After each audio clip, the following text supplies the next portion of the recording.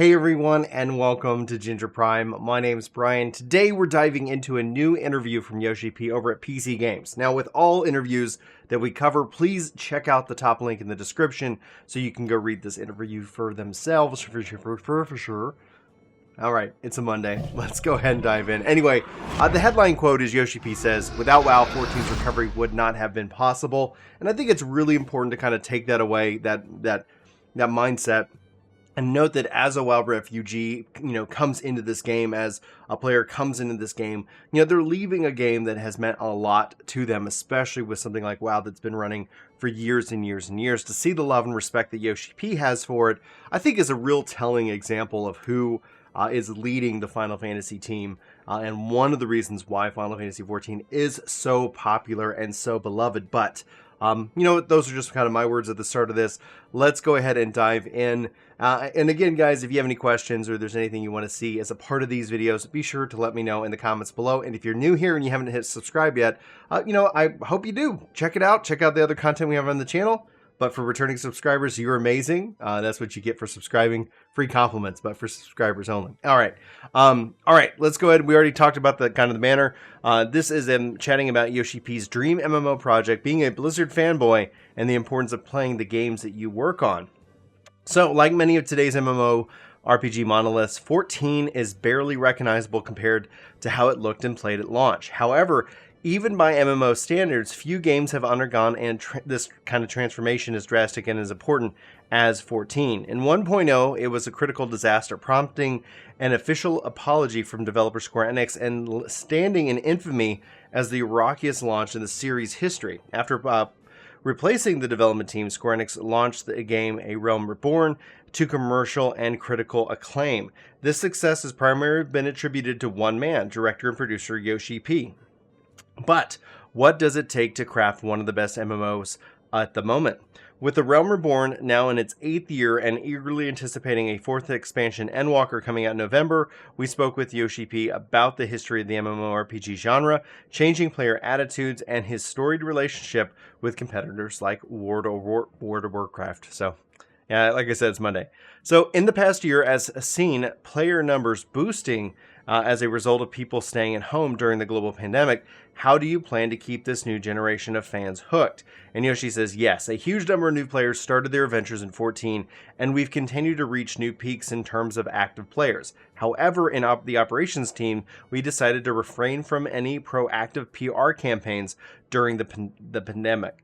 We have intentionally been waiting for the situation to ease, and I didn't want our players and supporters to feel though we were taking advantage of the situation as a business opportunity while the world faces the danger of the pandemic. We canceled several campaigns, held back on PR activity, and placed full priority on patch releases.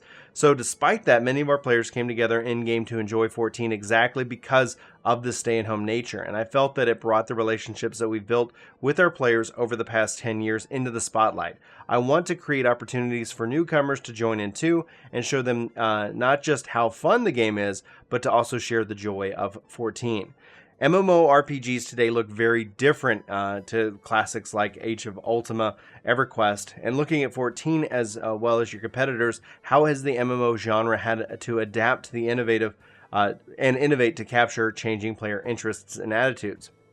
I think the only MMOs that would be considered equal to Ultima Online would probably be Lineage and EVE Online. But in my personal opinion, there hasn't been a role-playing experience that surpasses that of the original Ultima Online. These works have a special place within the MMO genre, and there's still demand for them even now.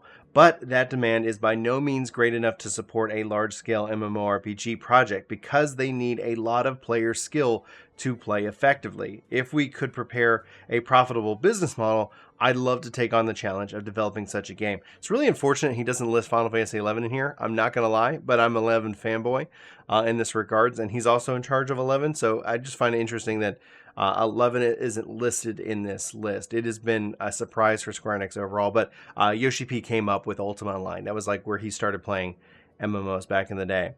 EverQuest is another masterpiece of the first generation MMOs. It's an incredible game that combined the subscription-based business model with a time to win game design, but it was World of Warcraft that faced EverQuest head-on and provided players a new way to play. It wasn't based on time to win, but WoW incorporated an item-level system while keeping player skill at its core. Players who invested lots of their time could coexist with players who didn't, encouraging a free style of play. As for the evolving genre, I believe it's easy for MMORPGs to accept and reflect the changes in their gamer lifestyles. If you look back 20 years, were our lives as busy as they are today? There was the internet, but correspondence was limited to email. Real-time communication was limited to PC Messenger clients. Nowadays, you have smartphones in the palms of your hands. We have access to entertainment whenever we have a free moment. It goes without saying that there is a dramatic drop in the amount of time players have available after eating, sleeping, working, and spending time with their family and friends. The game design of UO and EverQuest are still shining jewels even today, and I have no doubt that there is demand for these titles. It's just that now it's more difficult to make those games a success as a major business undertaking. As a result, game design needs to change and innovate to ensure it matches more closely with the MMORPG gamers. And for 14, we like to remain receptive of the changes in the lifestyle of our players, and we continue to adjust the design little by little accordingly. Now, what this kind of entails, I had a video out talking about like how we'll really never see a subscription-only MMO, like subscription plus cash out. I am struggling today with words. Yeah. And a lot of part of that is that, you know, none of these games like exist in a bubble. Like even Halo Infinite is going to launch with a free multiplayer component. You know, Game Pass as just a subscription based has so much value and content that a subscription only one game can't compete. And the subscription only model requires a huge amount of players, a continuing growing sense of players. And so you don't really see it. Now, people did point out that apparently Mortal Online 2, which I've never really heard of, is going to be subscription only. At least that's how they have it listed. And if they do that and they continue to do that for like a year, then yeah, like I get it. That's awesome that somebody could actually launch that kind of business model in 2021. I'm rooting for them. I think that'd be really exciting to see. And if it does succeed, I think a lot of people should check it out in that regards. But, you know, gamers' interest has changed. And while I love the MMORPG genre, I really hope that they can kind of somewhat bring back and highlight some of the real key aspects of the past. And I think a lot of this comes into you know, newer systems and updated thought regarding game design. A key aspect of this would be the matchmaking system. I think that they need to look at having kind of a friend system, some kind of circle of influence system that goes along with matchmaking. Because if you run a piece of content, you know, you might not recognize that you've run that piece of content with that other player 100 times, 1,000 times. And it turns out maybe you were really good friends, but you just never really talk because sometimes it's a little awkward to do so. I think there are systems in place, or I think there are systems that could be developed to sit on top of the convenience systems that could help kind of bridge that gap of what it meant to have that relationship. And that's why I think a lot of people look back on the old genres so fondly. Anyway, so 14 is 8 years old, and many of our competitors are even older. What gives a good MMORPG such staying power? 14's older than 8 years, but we'll leave it at that. Battle content, systems, and story and the game's universe must both be engrossing and expertly crafted. But I think the secret to maintaining the game's success is the support of a brilliant community. Developers should provide the players with a sense that they are really living in that world and that they belong there, helping them to feel at home when they log into the game. Of course, this is based on the assumption that the core development team is playing their game privately, like the general player base. If they didn't, you wouldn't be able to understand player feedback, and at some point or other, they'd end up as enemies from the community's perspective. And this is so critical and true. You have to play the game that you're making. And that's one of the things Yoshi-P brought into play. Not only go play other games, but also make sure that you're playing your own game so that way you can understand. Like if it's bothering the player base, chances are it's actually bothering you, and vice versa. We mentioned before that the redesigning Final Fantasy XIV, you looked at World of Warcraft as an example of a successful MMO. What aspects of the WoW model did you end up bringing into 14? If there was no World of Warcraft, which is a game that we look to as a great mentor of sorts and respect deeply, 14's strong recovery would have not been possible. The original 14 was a failure of unprecedented proportions, and I was entrusted with the duty of salvaging it. When taking the lead to relaunch a failed project, I don't think you can afford to have the type of game that you'd like to create in mind as your motivation. But I was playing WoW, and I used it as a form of study. I deployed what I learned through the various teams, and together we used that in development. We really didn't have the luxury of bringing our own likes and dislikes. The main thing was that I wanted this game to be more story-driven MMORPG, and there's a strong influence from Final Fantasy XI behind this. But with that being a Final Fantasy game, a strong story was naturally a must. That decision wasn't due to my personal taste, but because of the title's standing within the Final Fantasy series. So how much do you still look to your competitors for inspiration? Do you try to learn from other games inside and outside of the MMO space, or do you try to forge your own path? And he says, I'm always keeping an eye on World of Warcraft, Diablo, and Overwatch, but that's because I'm a Blizzard fanboy. Everyone over at Blizzard has been really kind to us, and they've invited me to their studio on 3 or so occasions now.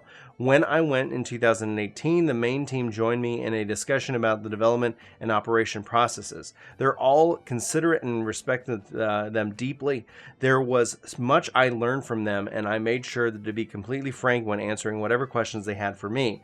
It really was a joy that there are so many warriors of light on the WoW team, and that's actually very true. A lot of the people we actually met at FanFest or like worked at Blizzard. A lot of people came up to us and were like, hey, we love, what you're doing. Your controller guide is great, or et cetera, et cetera, et cetera. And that seems like a weird flex. I'm sorry about that. But no, just really great people. Like, honestly, some of the coolest gamers that I've met. And yeah, they love Final Fantasy and what they're doing. I think that's the kind of important thing. Like, what do you like? What do you play? As you can imagine, I'm not solely focused on WoW. I also check the basic systems of MMORPGs launching around the world. I even have staff in charge of compiling information about them and reporting that to me. However, 14 has always carved its own path. We sometimes worry about the direction we take in a few years' time. We have plans, but it goes without saying that those details that we are considering are all top secret.